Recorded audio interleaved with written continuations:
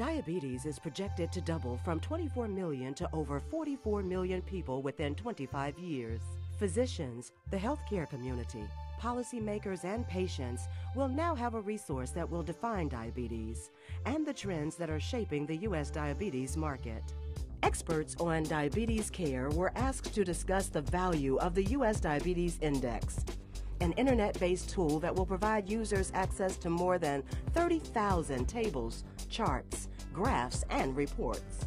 I think the most unique aspect of this is that it actually gives us facts where we've had to really depend on suspicions in the past. But now I think it's actually possible to look at a map and see what the zip codes are that define and contain the most intense concentration of diabetes-related problems and populations.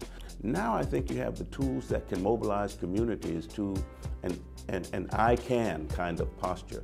And when you can actually motivate communities, activate communities to own their problem and to commit to doing something about it, and I think that the index is really a tool that can help consolidate those kinds of forces. I think that's a game changer. I think that this map and this sequence of maps and this website will allow us to look at it and its impact on different population, different ages, different states, different cities. So I kind of like to use the analogy that you can actually look up in kind of real time what the score is. But I think by looking at this website, we can see how we're approaching all of patients at a broader level, so therefore you can kind of get a satellite view of things. We ask our diabetes experts to comment on how the U.S. Diabetes Index will impact their assessment of diabetes where they practice. The Diabetes Index will be useful for every physician. For example, if I work in Dallas, Texas, and I want to know how Dallas is doing, compare with other places, the information that we can gather from the U.S. Diabetes Index will be very important to me personally, but it will be very important for every physician or any healthcare group that has to deal with diabetes, because it will tell me, am I doing a good job? You know, am I better than other states or other zip codes? You know, what can I do to improve?